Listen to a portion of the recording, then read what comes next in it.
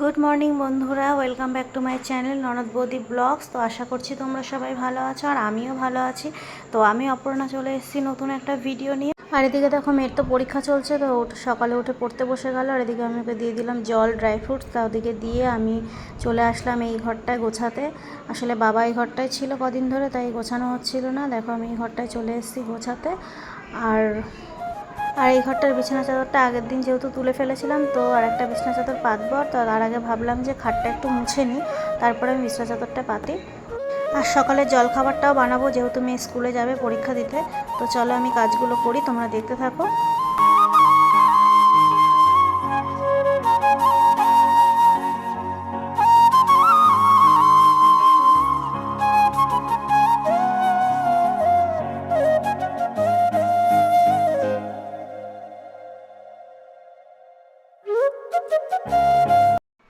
তো বন্ধুরা, এখন বাজে 11:30, আর আমি মেয়েকে স্কুলে পৌঁছে এইমাত্র ঘরে আসলাম। দেখো কত কিছু বাজার করে নিয়ে এসেছি। এই যে এখানে কচুর শাক আছে। এই লাল কচুটা আমি কোনোদিন খাইনি, অনেকে কালো কচু বলে, অনেকে লাল কচু বলে। তাই এই কচুর শাকটা আমি কোনোদিন রান্না করিনি, তো আজকে পেলাম, তো এটা নিয়েছি। আর এখানে আছে লাল শাক, কাঁকরোল, টমেটো, লঙ্কা, বাঁধাকপি, পেঁয়াজ, অনেক কিছুই মোটামুটি আছে। তো এগুলো সব বাজার করে নিয়ে এলাম। আর এদিকে তোমার দাদাভাই তো খেয়ে চলে গেছে, ওর খাবারটা গুছিয়ে রেখে গিয়েছিলাম, তো ও খেয়ে বেরিয়ে গেছে। এদিকে আমি এখন খাওয়া দাওয়া ফুল নিয়ে এসেছি, পুজো করব। আর মোটামুটি সব কাজই হয়ে গেছে সকাল থেকে। এখন পুজো করব আর তারপর রান্না করব। তো রান্নার জন্য আমি লোটে মাছটা বের করেছিলাম রান্না করব বলে। তো তোমার দাদাভাই বললো না, লোটে মাছটা করতে হবে না, ও মাংস আনবে, একটু মাটন আনবে বলছে। তোমাদের দাদাভাই মাটন খেতে খুব ভালোবাসে, তো সুযোগ পেলেই আর কি নিয়ে আসে। তা আজকে বললো যে একটু মাটন নিয়ে আসবে। তো আমি বললাম ঠিক আছে নিয়ে এসো। আমি লোটে মাছটা আবার ফ্রিজে ঢুকিয়ে দিয়েছি, ওটা হয়তো কালকে করব, দেখি কবে করি। আর মাটন নিয়ে আসবে। আমি এদিকে আর লাল শাক নিয়ে এসে লাল শাক ভাজা করবো। অনেক দিন শাক ভাজা করা হয় না, অনেক দিন হয়ে গেল শাক খাওয়া হয় না। তো আজকে একটু ইচ্ছা হলো শাক খাওয়ার, তো জন্য শাক নিয়ে এসেছি। লাল শাকটা ভাজবো আর মাটনটা করবো। আর আমরা আছি মাত্র 3জন। ঋষি বাড়ি গেছে, অনেক দিন বাড়ি যায় না, ও একটু গেছে। আর ওই জন্য আমরা 3জন। ও বললো একটু মাটন নিয়ে আসো অল্প করে, তো আমি বললাম ঠিক আছে নিয়ে এসো। তা মাটনটা হবে আর শাকটা হবে। তো ভাবছি তার আগে চান করে পুজোটা আগে সারি, যেহেতু বৃহস্পতিবার আজকে একটু সময় লাগবে পুজো দিতে। আর এদিকে মেয়েও পরীক্ষা দিয়ে চলে আসবে 2টোর সময়, তাই ভাবছি ওর ছুটি হওয়ার আগে আমি চান পুজোটা সেরে ফেলি। আর এদিকে দেখো স্নান করতে যাওয়ার আগে ভাবলাম বাসি বিছানাটা তুলে রেখে যাই। তো এদিকে আমি বাসি বিছানাটা তুলে নিচ্ছি, যেহেতু তোমাদের দাদাভাই দেরি করে ঘুম থেকে ওঠো, তো সেহেতু বিছানাটা ছিল। তো এদিকে আমি বিছানাটা তুলে নিলাম। আর কালকের কিছু জামা কাপড় কাচা ছিল, মানে আর কি কাঁচা জামা কাপড় ছিল, সেইগুলো আর কি ভাঁজ করে নিচ্ছি। তো জামা কাপড়গুলো ভাঁজ করছি। আর এদিকে তোমাদের দাদাভাই কিছুক্ষণ পরেই ফোন করলো আমাকে যে একটু বাইরে রাস্তার দিকে এসো, মাংসটা নিয়ে এসছি, ওটা নিয়ে যাও তুমি। তো আমি আবার দেখো জামা কাপড় ভাঁজ করতে করতে আবার ওদিকে গেছিলাম মাংসটা আনতে। তো ভালোই হলো, আগে থেকেই মাংসটা নিয়ে আসলো আমার স্নান করার আগে। তো মাংসটা আমি ধুয়ে পরিষ্কার করে ম্যারিনেশন করে রেখে যেতে পারবো, নাহলে স্নান করে উঠে মাংস মাছ ধুতে আবার একটু সমস্যা হয়ে যায়, আসলে গন্ধ ছাড়ে। তো সেই কারণে আমি ভালোই হলো। তো দেখো এইমাত্র তোমাদের দাদাভাই এই যে মাংসটা দিয়ে গেল। তো ভাবলাম স্নানটা যখন হয়নি, একবার এটা পরিষ্কার করে ধুয়ে ম্যারিনেশন করে তারপরে স্নান করতে যাব। আর এদিকে কিছু বাসন আছে সকালের ব্রেকফাস্টে, সেগুলোও ধুয়ে ফেলবো। তো একবার এগুলো করে তারপরে স্নানে যাব। তো এদিকে আমার মাংসটা ম্যারিনেশন হয়ে গেল, তো আমি এরপরে চলে যাব স্নানে। আর দেখো স্নান করে আমি চলে এলাম, আর এখন আমি করব পুজো। তো তোমরা দেখতে থাকো।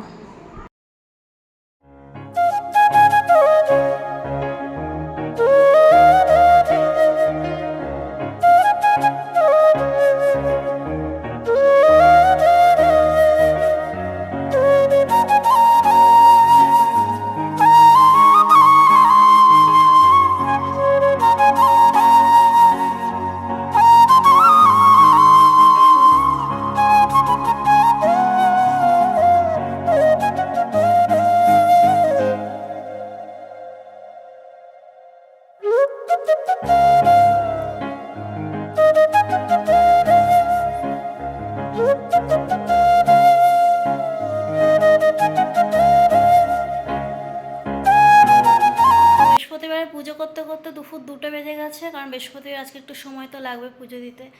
তো এখন যাচ্ছি মেয়েকে আনতে, সোনুকে স্কুল থেকে আজকে যেহেতু পরীক্ষা চলছে 2টার সময় ছুটি হয়ে যাচ্ছে, তো ওকে গিয়ে আগে নিয়ে আসি, তারপরে আমি রান্নাটা বসাবো।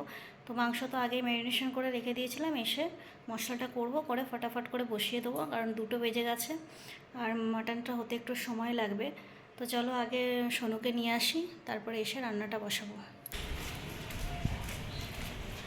তো মেয়েকে স্কুল থেকে নিয়ে এসে দেখো তাড়াতাড়ি করে আমি মাংসটা বসিয়ে দিয়েছিলাম, যেহেতু মাটন হতে টাইম লাগে, তো আর ভিডিওটা অন করতে পারিনি। তো এদিকে আমার শাক ভাজাটা প্রায় হয়ে এসছে আর মাটনটাও প্রায় হয়ে এসছে। তো এখন অলরেডি বেজে গেছে 3:30, এখন আমার রান্না হয়নি। এই যে মাংস এখানে কষাচ্ছি, এখন জল দেব, আর এদিকে শাক ভাজা হচ্ছে। তো আজকে কখন খাওয়া দাওয়া হবে কিছুই জানি না, তাড়াহুড়ো করে করছি রান্নাটা। মাংসটা প্রায় কষা হয়ে গেছে, এখন জলটা দেব।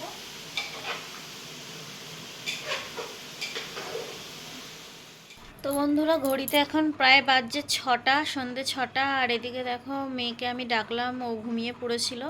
ওর আজকে বাংলা পড়া আছে, কালকে যেহেতু বাংলা পরীক্ষা, তো ওকে বাংলা ম্যাম 6টার সময় যেতে বলেছিল, আমাকে বলেছিল ডেকে দিতে। আর আমি ওই ঘরে বসে পাশের ঘরে আর কি ফোন দেখছিলাম, দেখতে দেখতে খেয়ালই নেই, হঠাৎ করে মনে পড়লো যে ওকে তো ডাকতে বলেছিল। তখন দেখলাম 6টা অলরেডি বেজে গেছে, 6টা ওই 2 হবে। আমি এসে তাড়াতাড়ি করে ওকে ডাকলাম, তো উঠে ও ফ্রেশ হতে গেছে, ও রেডি হচ্ছে। আর এদিকে আমি এখন ওকে পড়তে দিয়ে এসে তারপরে আমি সন্ধ্যা দেব। তো ওকে আমি দিয়ে এসে সন্ধ্যাটা দেবো, কারণ এখন সন্ধ্যা দিতে গেলে ওর দেরি হয়ে যাবে, 6টা থেকে পড়া। তো ওকে পড়ার ওখানে পৌঁছে দিয়ে এসে, বেশি দূরে নেই, কাছেই পড়তে যায় বাংলা পড়া, তো ওকে একটু এগিয়ে দিয়ে এসে তারপরে আমি সন্ধ্যা দেবো। তো দুপুরবেলা তো দেখলে তাড়াহুড়ো করে রান্না করছিলাম, তারপরে আর ভিডিওটা অন করতে পারিনি। তোমাদের দাদাভাই এলো অলরেডি, মানে খেতে বসতে বসতে আমাদের 3:45 বেজে গেছিলো, ওই 4টে প্রায় বেজে গেছিলো, সেই জন্য আর ভিডিওটা অন করিনি। তো একটু ফোন দেখতে দেখতে আর কি, ফোনে গোপাল ভাঁড় দেখতে দেখতে আমরা একটু 3জনে খাওয়া দাওয়া করলাম। আমাদের মাস্ট একদম দুপুরবেলা খেতে বসে গোপাল ভাঁড় দেখতেই হবে, সবাই মিলে এক জায়গায় বসে খাওয়া দাওয়া গোপাল ভাঁড় দেখতে দেখতেই হয়। তো সবাই মিলে খাওয়া দাওয়া করলাম, করে আমি রান্নাঘরটা পরিষ্কার করেছি, কিন্তু বাসনটা ধুইনি, কারণ অনেক বেলা হয়ে গেছিলো আর ভালো লাগছিল না। তো বাসনটা ওইভাবেই রেখে দিয়েছি, পরে মাজবো, একটু রাতের দিকে মাজবো আর কি। আর রান্নাঘরটা এমনি গ্যাস ট্যাস মুছে সব পরিষ্কার করে তারপরে আমি আর শুইনি, কারণ অলরেডি 4:30 বেজে গেছিলো। তখন যদি শুতাম তাহলে আর ভালো লাগতো না, কারণ কিছুক্ষণ পরেই উঠতে হতো এই মেয়ের পড়ার জন্যে। তো ওই জন্য আর আমি শুইনি, ও মেয়ে ঘুমিয়ে পড়েছিল, সোনু ঘুমাচ্ছিল, তাকে বললাম মা আমাকে ডেকে দিও। তা আমি ওকে ডাকলাম, ও ফ্রেশ হচ্ছে, এরপর ও পড়তে যাবে, আর আমি ওকে দিয়ে এসে তারপর সন্ধ্যা দেবো। আর রাতে রান্নাবান্না বলতে রুটি করব ভাবছি, ভাত আছে, আজকে ভাতটা বেশি হয়ে গেছে করা, তো ভাত অনেকটাই আছে। কিন্তু তোমার দাদাভাই তো রাতে ভাত খাবে না, রুটি খাবে, মেয়েও ভাত খেতে চায় না, রাত্রে রুটিই খায় সবাই। আমি ভাতে আমার অসুবিধা নেই, আমি ভাত খেয়ে নিই। এখন দেখা যাক, জিজ্ঞেস করব, যদি ভাত খায় তাহলে ভাত খেয়ে নেবে, আর যদি বলে না রুটি করতে তাহলে রুটি করব। মেন হচ্ছে মাংস দিয়ে রুটি খেতে বেশি ভালোবাসে, তো ওই জন্যে ভাবছি রুটিই করে দেবো, আর ভাতটা রেখে দেবো ফ্রিজে, কালকে ভাতের সঙ্গে ভাত মিশিয়ে করে নেবো, কারণ রাত্রে ও ভাত খেতে চায় না। আর মাংস দিয়ে তো বললেই বলবে না আমি রুটিই খাবো, ভাত খাবো না।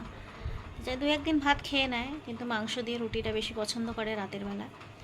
তো ওকে দিয়ে আসি, আগে দিয়ে এসে সন্ধ্যাটা দিই, তারপরে রাতে ভাবনা চিন্তাটা করব কি করব না করব। তো চলো ওকে আগে দিয়ে আসি, আমি রেডি হয়ে গেছে।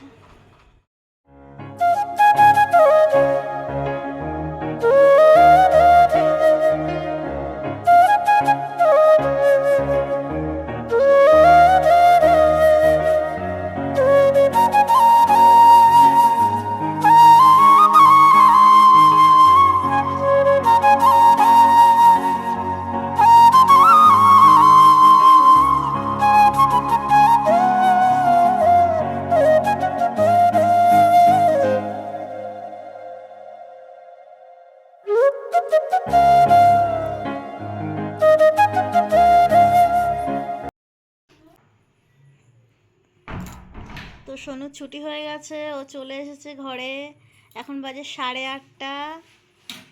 ও বাংলা পড়তে গেছিলো, দিয়ে চলে এসেছে। পেট ব্যথা করছে, কি ব্যথা করছে? পিঠ। কত ভারী নিয়ে গেছিলিস? কত ভারী ব্যাগ? দেখো শুধু বাংলা নিয়ে গেছিলিস তো, তাই এত ভারী কেন? কত বাড়ি? তো বন্ধুরা, সোনু আসার পর আর ভিডিওটা কন্টিনিউ করতে পারিনি, যেহেতু আমরা তাড়াতাড়ি খাওয়া দাওয়া করে নিয়েছিলাম। আর এদিকে দেখো, তাড়াতাড়ি খাওয়া দাওয়া করে আমি রান্নাঘরটা পরিষ্কার করে দিলাম। আর তোমার দাদা ভাইয়ের জন্য টেবিলে খাবারটাও রেডি করে রেখেছি, ও ভাত খাবে বললো। আর এদিকে আমি বিছানাটাও করে নিলাম। তো দেখা হচ্ছে নেক্সট ভিডিওতে।